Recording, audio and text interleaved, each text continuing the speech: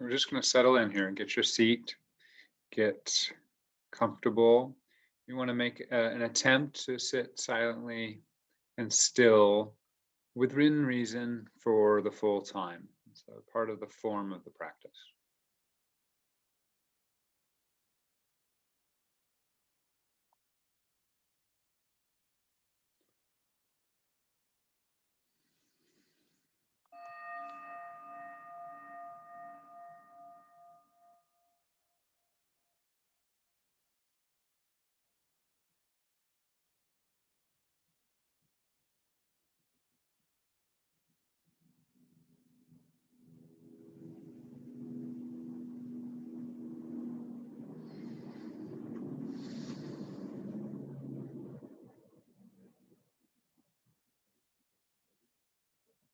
So if you already feel concentrated and relaxed, some of us sat already, and you can skip what I'm about to do and you can just start following the breath wherever you would like in the body, noting the in breath, noting the out breath. In between the in breath and out breath, you can notice the whole body. If that's challenging for you, you can just do the in and out. The first thing that we are trying to settle into is concentration, and that is the ability to follow continuously the object of our concentration, which for right now is the breath. For those of you who still feel a little unsettled, and that's very common and pretty normal, we don't normally walk around in our day in a deeply concentrated state. We'll just do a couple exercises to sort of settle us in. I'd like you to open your eyes if you want. I want you to lift your eyes above the computer screen or phone screen so that it's maybe at the horizon or just a little below the horizon. And as we breathe in and breathe out, every time you breathe out, I want you to allow your visual awareness to get a little wider. So maybe at first you're focused on some point, just to settle and stabilize your visual, your eyes really. But as you breathe out, let your focus become wider and wider. So we're slowly moving out to the width of our peripheral vision. And we're taking in everything within that visual field. So we're not moving our head around. We're not moving our eyes around. We are shifting the way we're seeing. We're shifting our focus to a wider focus. And you're letting in everything in the periphery. So that means everything off to the left and everything off to the right. It also means everything up above and everything down below. So again, without moving your eyes, they'll bounce around a little, that's normal. But we're not going to move our eyes to look up at the ceiling, but can you be aware of the ceiling visually? Can be aware of the floor visually. This is relaxing. It turns on a certain aspect of the nervous system. When we are relaxed, we see with a wider perspective. So we're letting the individual objects sort of go within our visual field. As we breathe in and breathe out, we're letting ourselves sink wider. To the point where it's almost as if we can see ourselves in our environment. It's almost as if we move ultimately back behind our body and just have an awareness that we are sitting in an environment. The whole spaciousness of the environment is there.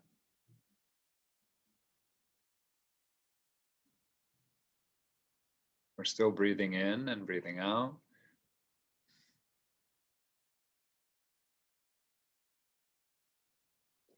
As we do that, we're going to just begin to count our breath if you want to. Again, if you're feeling relaxed, you don't need to do this. This is a good way to settle in, though. We're going to slow our breath and count our breath. Today, we're just going to do 6 and 6. It means we're going to breathe in for a count of 6, and we'll breathe out for a count of 6. As we're doing that, with our eyes still open, still seeing our body breathing in our environment. Right? We're in a room, we're in a space, whatever it is. And just start to feel the nervous system calming down. As long as you're not trying too hard, it should help you do that. So wherever you are, let your breath out and then breathe in, 2, 3, 4, 5, 6, out, 2, 3, 4, 5, 6, in, 2, 3, 4, 5, 6, out, 2, 3, 4, 5, 6. Continue that in your own time, counting your own 6 in breath and 6 out breath.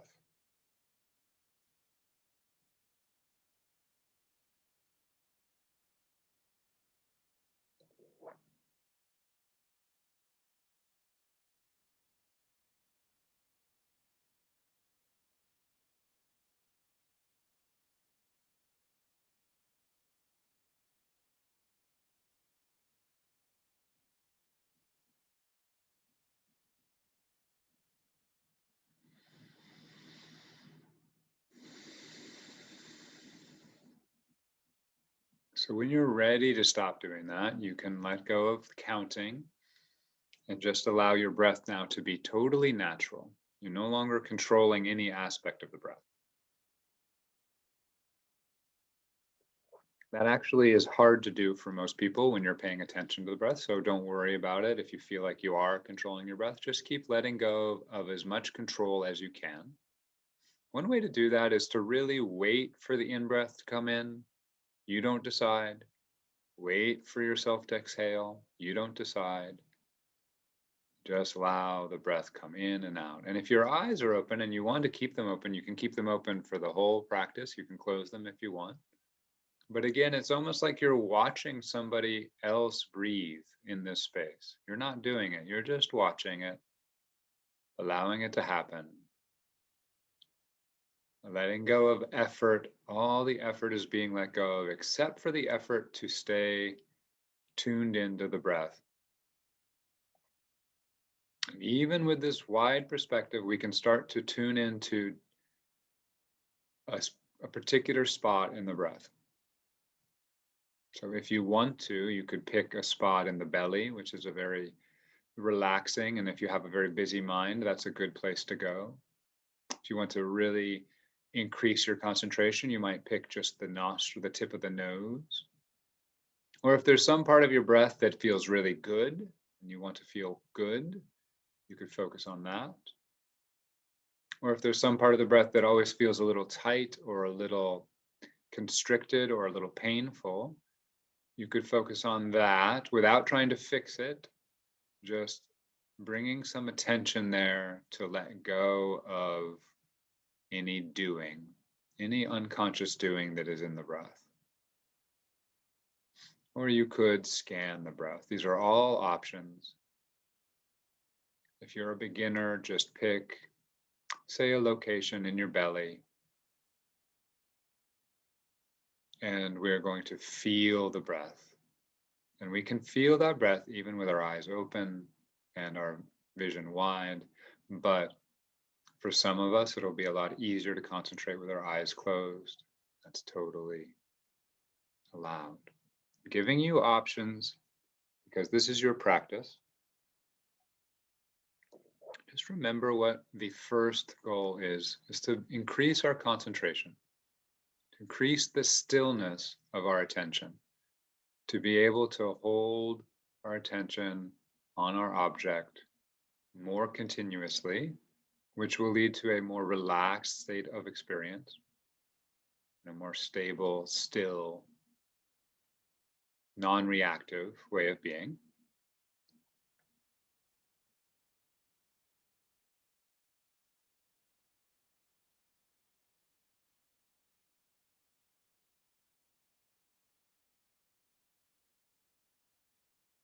So as we get into the meat of the breath practice here, you can use a label. For this practice, I've been suggesting we use the labels in for the in-breath, out for the out-breath, and then as the out-breath fades, we move into whole body. So the labels would be in, out, whole body. If you're not doing the whole body, it could just be in and out. It also could just be feel or breath if you just wanted one label. But we're repeating the label with the object to replace our mental talk that might be coming up, our distracting mental talk, and to remind us where our attention is supposed to be.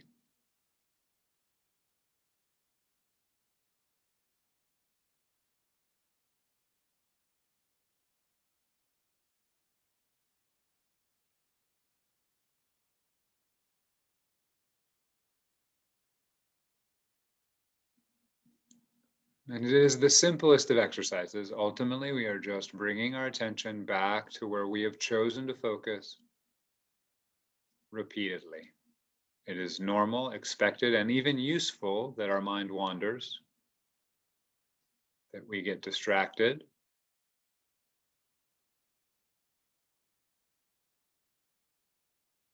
Get distracted by mental talk and thoughts in our mind, images of the future or the past, other sensations in the body, sounds or other sensory experiences from our environment. And when our attention gets distracted, we just notice and bring our attention back to the breath, the feeling of the breath, and the feeling of the whole body.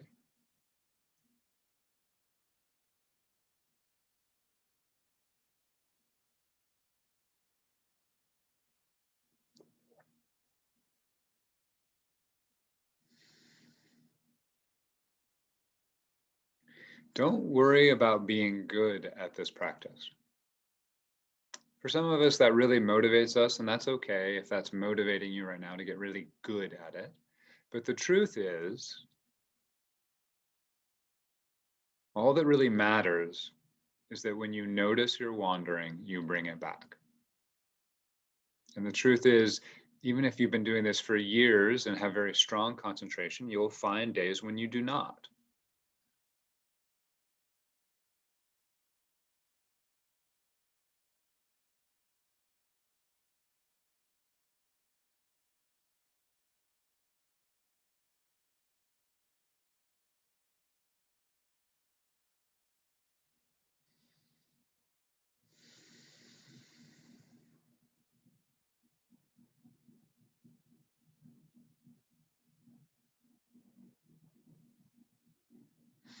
That same panoramic vision that we were tuning into with our eyes open, if you've closed your eyes, can actually be used with your eyes closed as well.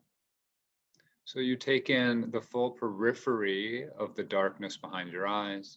You take in the full periphery from the left and the right, the top and the bottom.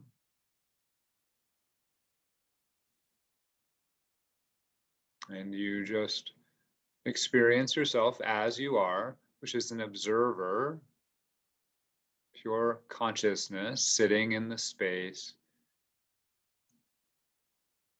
of sort of blankness behind your eyes and following the breath.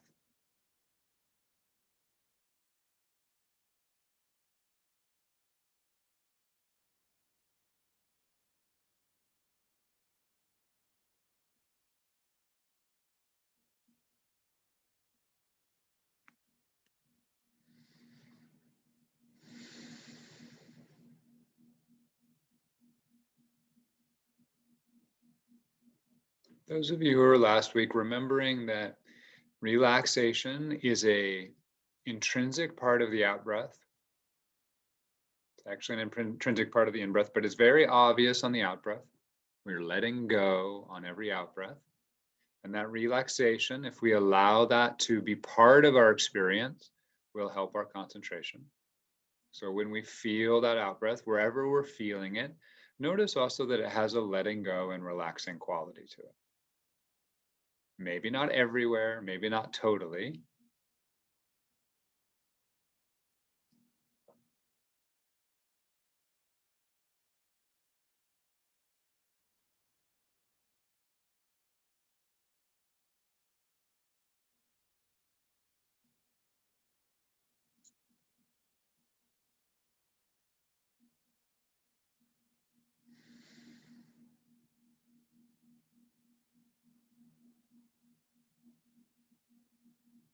In,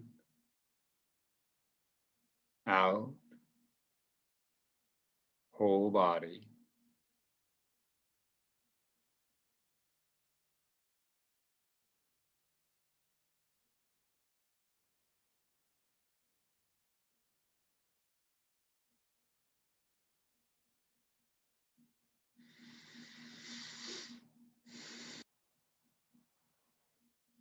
Remembering concentration is most important, so you focus on that in and out if you're still getting concentrated. If it's starting to settle in and you can really start to tune into that whole body experience. And just remember that the whole body feeling is the same as the whole visual field experience we were having. So instead of doing it with our eyes, we're doing it with our sensory experience. We're feeling the whole body all at once. So all the way out to the edge of our body, all the way in to the center of our body, all the way down to the bottom of our body, all the way up to the top of our body. When we breathe out, we slowly zoom back out and feel the whole body all at once, not just like we don't move our eyes around to see all those parts. We just take it all in at once.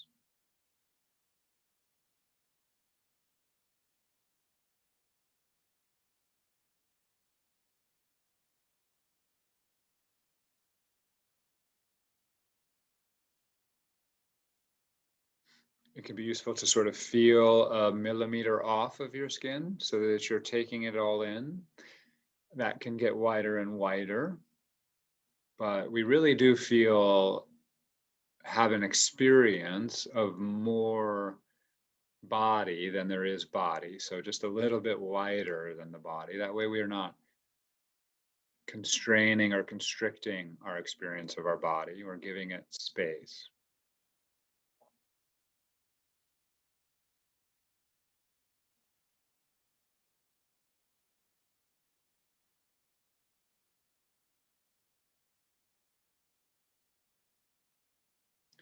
So it can be useful now as you settle into this to think of this like an ocean crashing on the beach, like a wave crashing on the beach. You breathe in and the wave rises up. You breathe out and the wave comes down. And then as your breath ends, it washes up on the sand. Then you breathe in and a new wave rises up. You breathe out and it comes down, crashes on the sand, and you feel the whole body.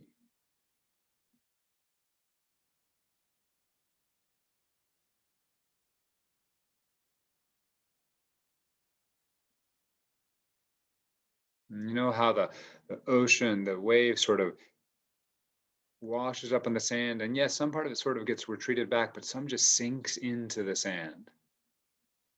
Doesn't ever go back to the ocean. It's the same way here. We're sort of sinking in, we're almost dissolving in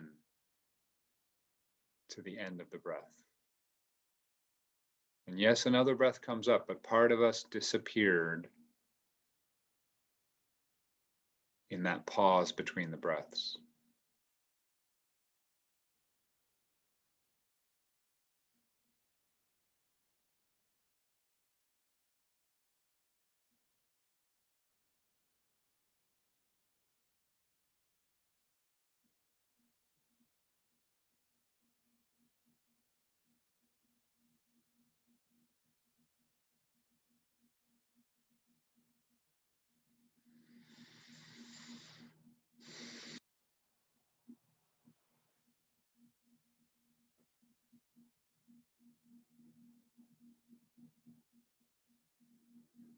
And so I really encourage anyone who is finding this useful, feeling concentrated and or relaxed or moving in that direction, to just continue with this practice. In, out, whole body, feeling the relaxation on the out breath, possibly imagining the rising of the wave, the crashing of the wave, and then the sliding up and disappearing into the sand in between.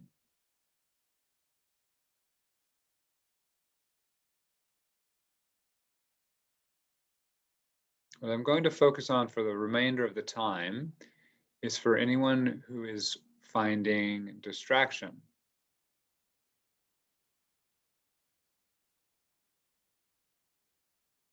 So that might not be you today. You might find it most fruitful to stay with your concentration. But if you're finding yourself pulled away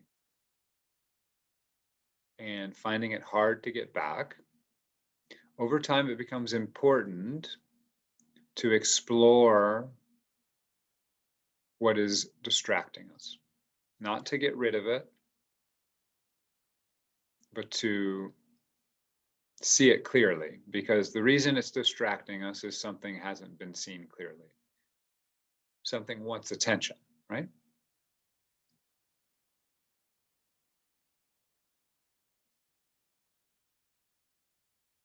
And the most important of these is going to be some kind of emotional distraction.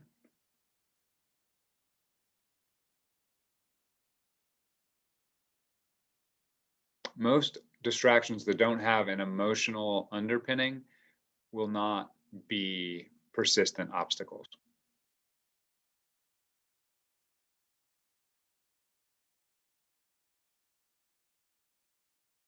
If somebody is moving furniture upstairs, but it doesn't frustrate you or piss you off, then that will not be a big obstacle for you. But if it does, then it will be magnetic. It will pull you back to it. So the way we explore this emotional underpinning is to feel our body again, but now to feel any emotional quality in the body. So you don't have to stop the practice you're doing to do this. You can just breathe in, out, whole body. But now instead of feeling just pure physical sensations, you're noticing any emotional sensations in the breath body. You don't have to be sure they're emotional. You can just notice. Maybe that's emotional, but you just breathe in. You notice the feeling in your chest or your throat or your face or your belly. You breathe out. You notice the feeling in your face or your throat or your chest or your belly. You feel the whole body, noticing any emotional quality in the body. And then you breathe in again. We aren't trying to control or make these emotions go away. We're just using our breath now to give attention to something that apparently wants our attention. And all emotions want our attention. That is a fact of our emotions. They have different ways they want our attention, but they all want our attention because they're all motivational. They all want you to do something or be something or see something.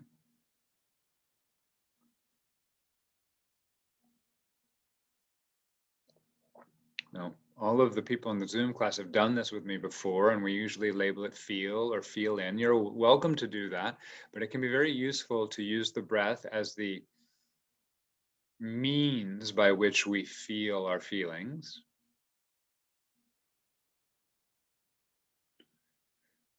And it's really useful to have the whole body there so that we don't get sucked inside of the feeling.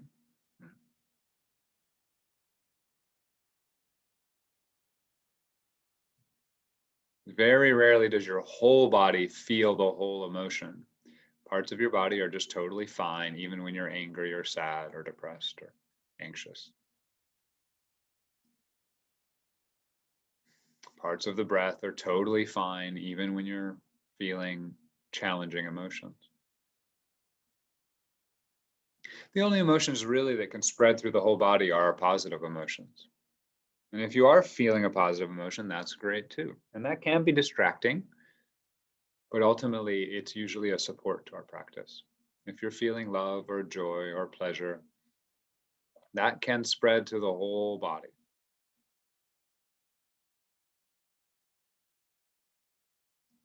And if today you don't really want to go into the more challenging emotions, then you can turn your attention to those more positive emotions if you can find them.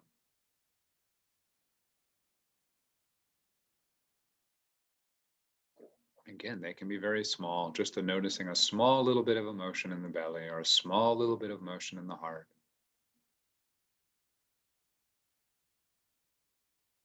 This is still a concentration practice. So it gets a little more dangerous when we are going towards our emotions. There's a little more energy in there that wants to bounce our attention around. So I'm not saying it's easier, but it is still, the goal is to see what is there as it is and not, and when we wander away, to bring our attention back.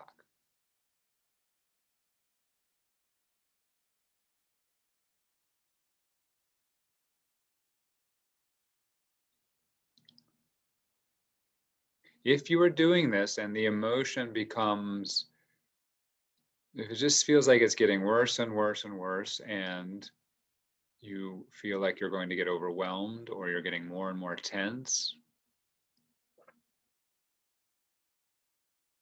it may be worthwhile today to use your concentration to just go back to the breath or go back to something that feels a little easier.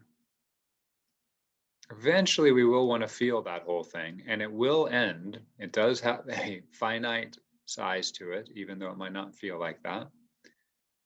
But today might not be the day. We might need more space and more relaxation to fully feel that. So we can feel a little bit of it, even if it doesn't resolve or anything, and then just go back to the breath in the nose, the breath in the belly, the whole body. If it's really challenging, we can feel our hands or our feet, or we can open our eyes again and look out and see the world, and see the something pleasant about the world, or fall back into panoramic visual experience of the world.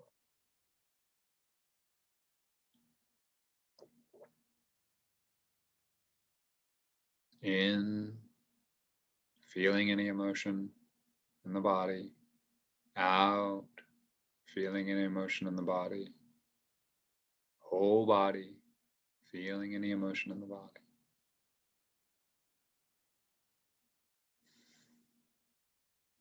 We don't need to know what the emotion is. We don't need to think about the story of the emotion. That may arise, but that will be a distraction that we just bring our attention back from to the body.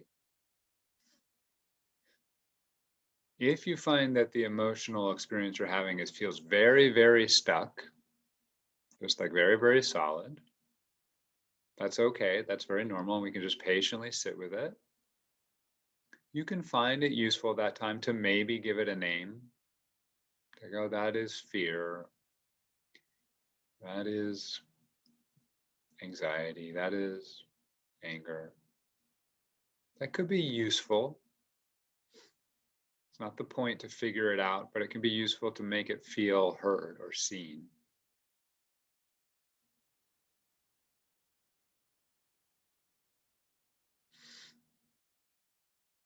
Our emotions are naturally designed to move. They're naturally designed to intensify and then release. So if that happens, and it can happen in lots of little waves, so a little bit of intensification and then a release, or a big wave, a bunch of intensification and then a release. If that happens, really notice the release. It's really no different than the wave rising, the wave crashing, the wave sliding up on the sand and disappearing into nothing, into foam and nothingness, right? And that long disappearance is really where we want to spend the most of our time. That might not be available to us today, but that is where we're moving.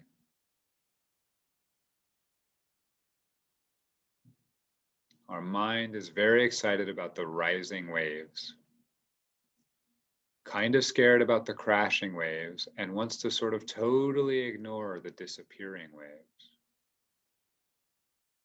But our reality, when we actually look closely, is mostly the disappearing waves.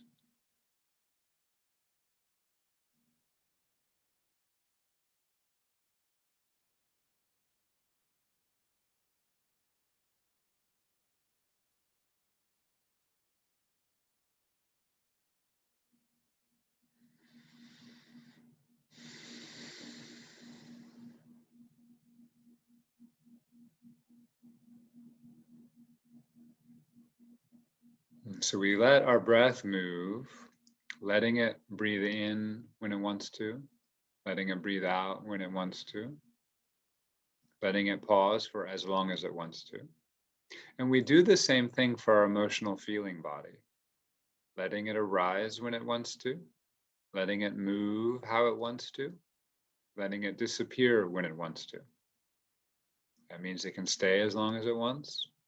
It can go for as long as it wants. That's what we're practicing. That's why we practice it with the breath, so that it becomes easier to do with our emotional self. It's obviously harder to do with our emotional self at first. But just as the breath is a natural process that we do not need to control, our emotions are a natural process that we do not need to control. Just need to get out of the way or learn how to get out of the way.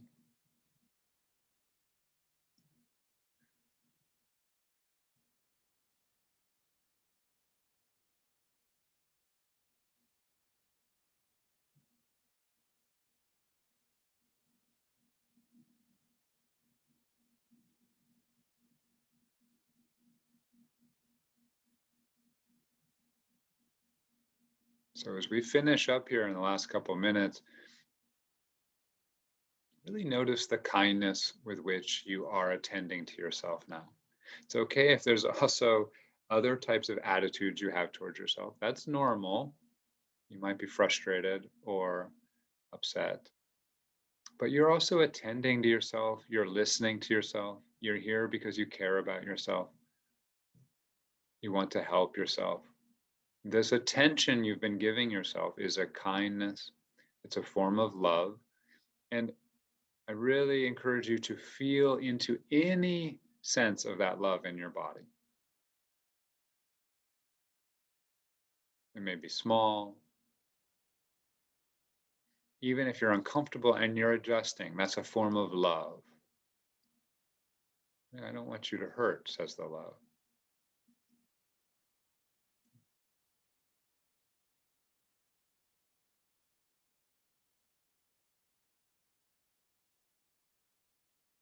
You can say thank you to yourself for the practice that you're giving yourself.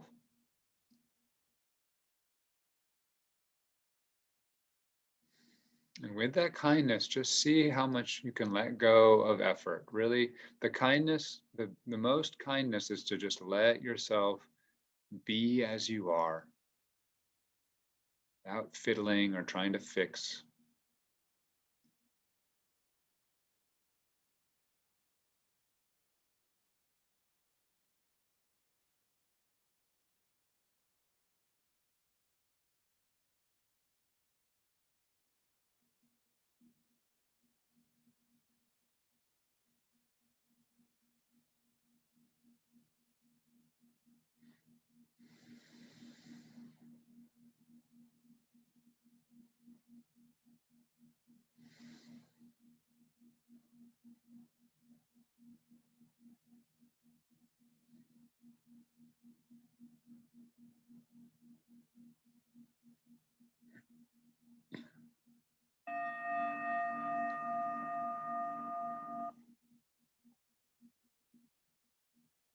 The bell got cut off. Sorry.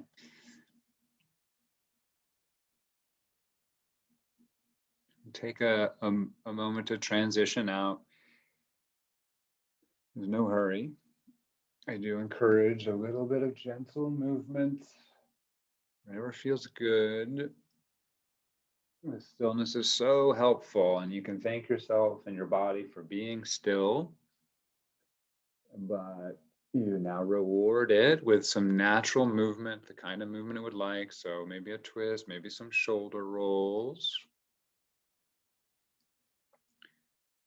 Maybe some neck lengthening.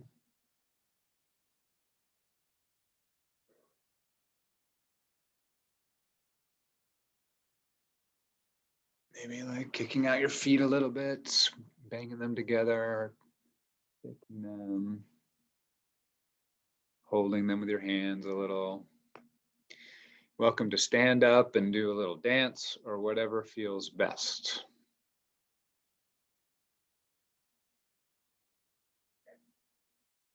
Stillness is beautiful, but there are impulses in the body that are to move, and we want to continue our sense of acceptance with that part of the body as well, right? So although the practice encourages the stillness, physical stillness is not better ultimately than physical movement. That's not the point of any of this practice. And although you may think that's obvious, you just have to remind yourself and your body that that's not what we're saying when we ask for stillness in our seated practice. We're not saying it's better. We're saying this is a useful part of the practice.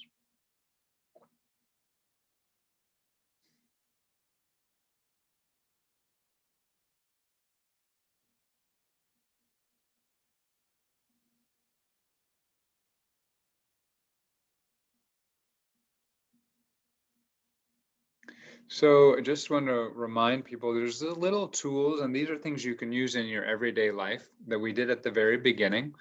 So we'll start with the breath because we've mentioned it before. Lengthening your out breath with respect to your in breath causes relaxation in the nervous system. It's just built into, it's a way of directly talking to your nervous system. So it's not going to solve all your problems, but can give you a little bit of extra space, right? So you can do even breathing like that. Practice breathing equally in and out. Many of us sort of spend our day in an in breath. We're like, and then we walk around like this for a while, right? And we're not really breathing out all the way. And that causes us to, that's because we're in our sympathetic nervous system. That's our system that's ready to fight or run away or solve a problem. That's where we are most of the day.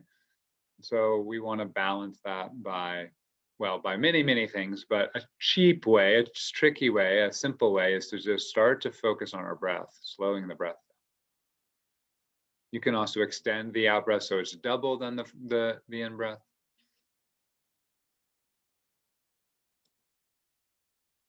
So a longer out breath compared to the in breath, but also just a absolutely longer out breath, slower breath helps. A deeper breath. So over time, you'll start to notice that when you get more relaxed, your breath starts to fill your belly first. That's a natural breath. We want to sort of breathe like a baby. You notice a baby, they're sleeping, their belly's just going, and their chest is really not moving much. So those are just simple little breathing things to become aware of. And if you're having a stressful moment, you can take 30 seconds, you can take a minute to just breathe in one of those patterns. Same thing is true of our visual system. When we are stressed or when we're anxious, we focus down on in. We're trying to identify problems. So if we take a moment to start to widen our visual perspective in the way we did today, it will start to calm the nervous system. So is that zooming in and then zooming out totally driving you crazy? Okay, all right. Just noticing the whole, like, maybe that's just happening in my brain. So that if the nervous system sees us just sort of taking in our whole environment casually without zooming in and trying to find different things, it goes, oh, we must be safe, right? We're just sort of, it's like we're standing on a cliff looking at a view of the ocean. The same kind of thing happens to our system when we're looking at a beautiful vista, as when we take the time to sort of zoom our visual perspective back. Those are just a couple little tricks that many of you know, but it's good to remind ourselves, just useful ways of bringing a little more relaxation into the nervous system during the day.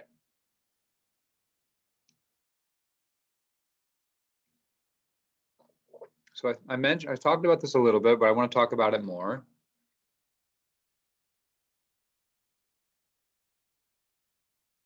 The reason our attention moves ultimately is because of some motivation in our system. Something to remember: if we're not concentrated, it's because our system wants something else. So if we want to start to let go of distraction, it requires that we become awake to and aware of the source of the distraction.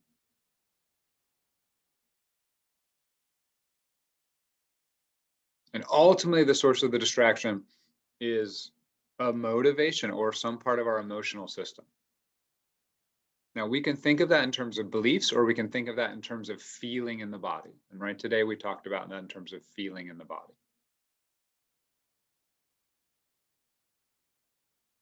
Feeling in the body is probably the best place to start, because you're already doing it with the breath, and it makes it easier not to get lost in your mind.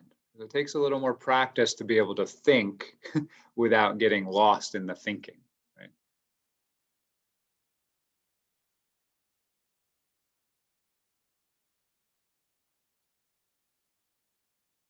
So over time, as you're practicing and you're noticing when you're concentrated and when you're not, it becomes useful to spend some period of your time becoming awake to the movements inside of you that want to grab your attention and pull you away. Not to stop them or shut them down, but to become awake to them, to allow them to move through. That is, to allow their energy to dissipate, so they no longer have the strength to grab your attention. I'm talking about this in a very practice way, but we can think about this in a life way as well.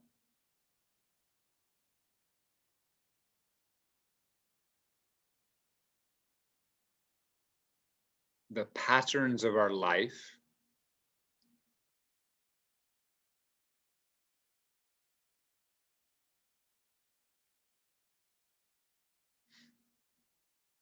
happen because of internal structures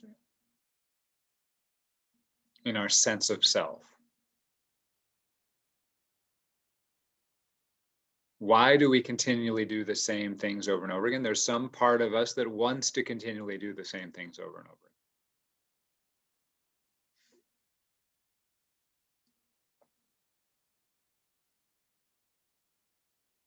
I'm not right now in any way talking about external things that might have happened to you or are happening to you. It's not the secret we're talking about here. We're talking about our own behavior. Yes, our internal structures can sort of shape the kind of external experiences we have. That can absolutely happen. It does happen. I don't want to go there today. I just want us to notice that as we're moving through our day, lots of things could be considered distractions, or lots of things could be considered behaviors we're not happy with, or lots of things could be considered painful that we do, thoughts we have, things we say, behaviors we engage in. And just the same as when we're sitting on the cushion and we're trying to focus on the breath, we get distracted by our motivational system being more interested in something else. The same thing happens in our everyday life. As we move through our day, we may have an intention to get really focused on some work, or we may have an intention to have a more grateful attitude, or be more aware of beauty in our life, or be kinder to people, like whatever it is, right? You may have some intention that you would like to, and yet you find yourself pulled away from that intention.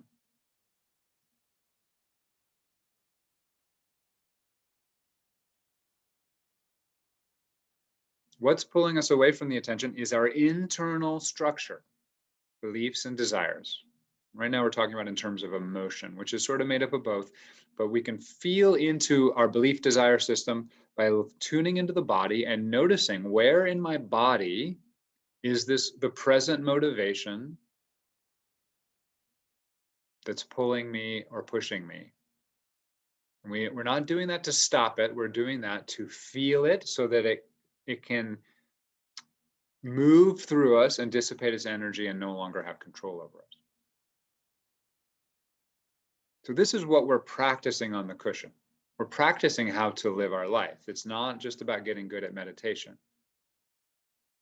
We're practicing being conscious and awake to what's actually driving us and motivating us in a moment. And we're practicing accepting and allowing that motivational stuff to move through our system so that it has less power over us.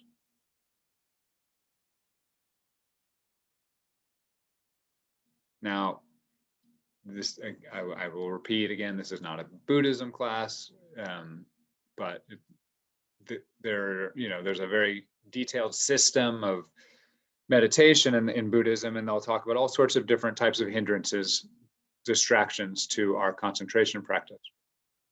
And it's very, very useful, and we can talk about them. But we can also sort of narrow it down and think and bring it all back to the basic thing, that there's some part of our internal structure that is pulling us off of our object of concentration.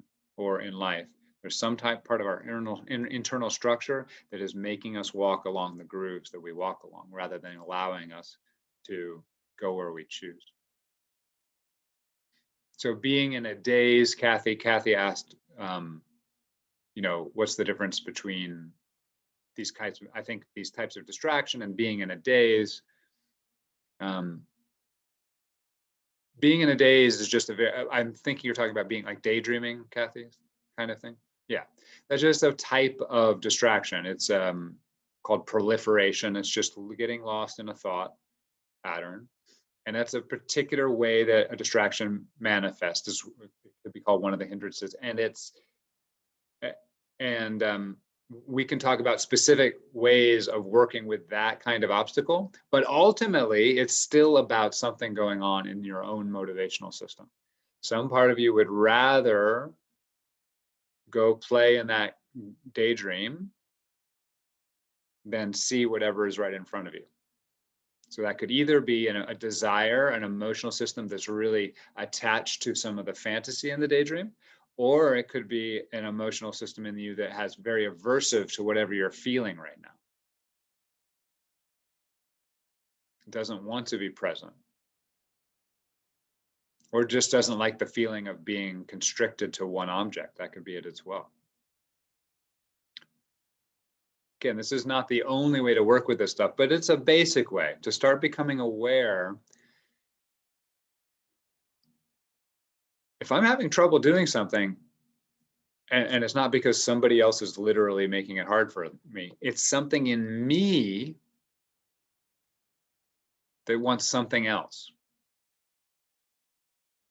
And that's okay. We're not saying it's a bad thing in us. It's not. It's something that needs to be listened to, heard, attended to, loved, really, until it's understood and seen. And that will allow you to address that internal desire.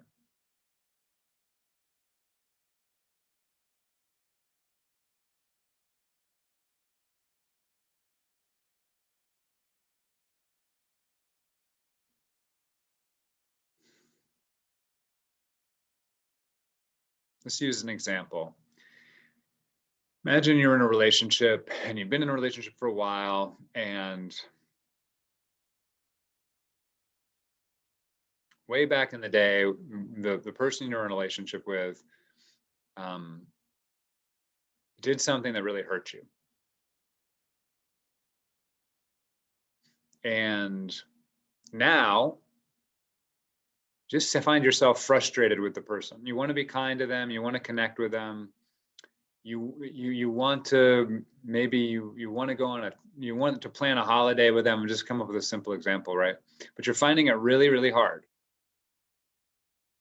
You're finding them irritating. You're getting frustrated with the way they're talking about the thing. You're not agreeing on where you want to go. Again, there could be a million reasons for that, but in this example, you might start to pay attention to yourself and pay attention to, well, where's this irritation coming from? Your mind will go, it's because they're bad, they're doing this, they're doing that, right? But that's not the way we're talking about working with this now. We're talking about going and attending to your own internal structure. Okay, so what's coming up? Well, when they say that, I feel this. All right, let's just feel that feeling. Don't go off into your story about the feeling. You feel the feeling. Take some tension in your chest. The tension in the chest comes up and the mind goes, oh, well, why are they being so irritating? They always do this. They never listen to me, da, da, da, da. Okay. But you go back to the feeling in the chest. It's tight. You sit with it for a while and maybe it starts to open up. It's not a comfortable feeling, so you don't really want to feel it, but you decide, you know what, I'm going to feel this now. So you sit with it some more. You're not forcing it to do anything. You're not requiring it to do anything. Eventually, and I'm just speeding this up, this could go through several layers. Eventually, maybe a picture arises of that time that your partner really hurt you.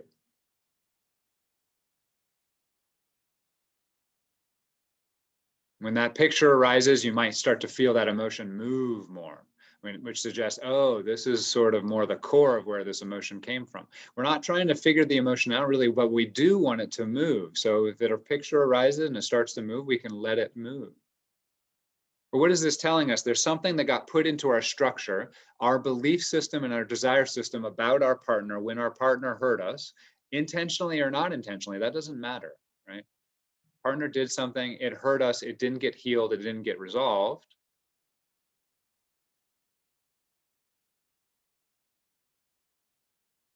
And so now it's making us irritated with them 10 years later or whatever. Now we let that emotion start to flow. That could resolve it because maybe you just let it go. Or it could be now, I now realize I have a desire to ask my partner to apologize for this, or I really have a desire to express to my partner how that made me feel. Now that's all can be very delicate and complicated, but now you're in a place where you can start to see the source of your distraction, the source, the obstacle, the blockage, the separation between you and your partner. And maybe you do that and you'll go deeper into that emotion. You'll find, oh, this reminded me of the way my father or mother talked to me when I was 7. Another image comes up and a deeper layer of that emotion that needs movement and resolution comes up. And you realize that, oh, it wasn't even really about my partner. The reason I was hurt originally was because that triggered this. And again, none of this has to happen with the mind even knowing what we're letting the body unwind itself.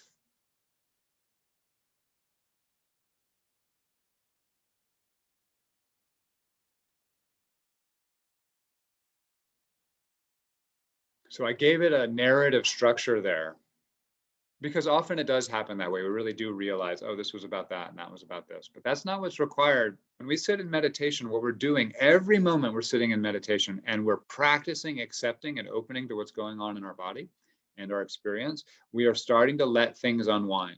Many, many, many things will unwind and your life will change and you'll have no idea what was unwound. Totally fine. You don't need to know. Some things will unwind to the point where they require some attention. Like, oh, I need to talk to my partner about this or whatever, right? Or I need to change this behavior of mine. I didn't realize that it was coming from this and it was hurting me, right? But every moment of sitting in acceptance is a moment where we start to let our structure untangle so that we can become freer and freer.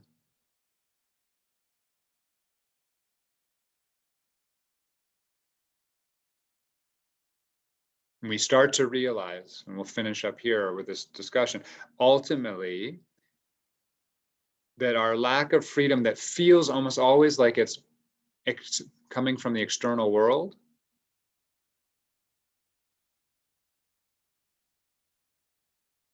is a lack of freedom that's coming from our internal structure that's gotten hardwired into us, so that we only see certain hallways in the mansion.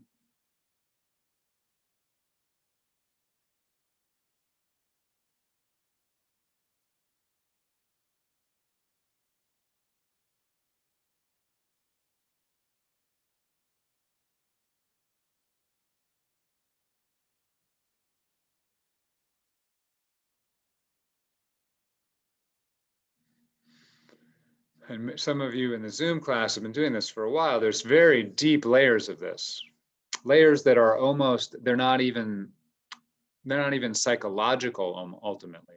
They're more biological, layers of evolution and or trauma or history of trauma or ancestral trauma or collective stuff. It's not simply the psychology of your human life. There's deeper nervous system stuff that also needs to unwind.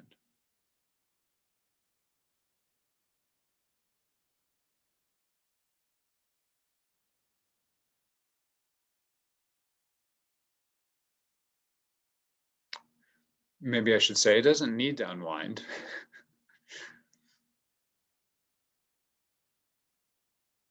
But it's the knots of it are what are structuring your life and are causing the suffering.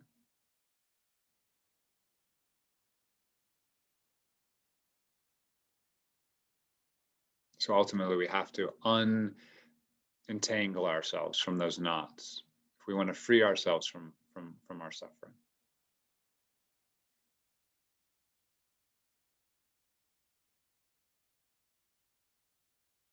And what that actually means is that some people might think, oh, that means I won't feel all these bad emotions. It actually is the opposite. What we'll do is feel all our emotions more fully.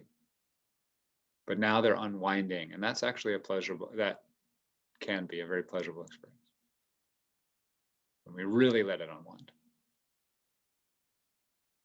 Okay. So for the people on Facebook, thanks for staying around. Going to stop the recording now.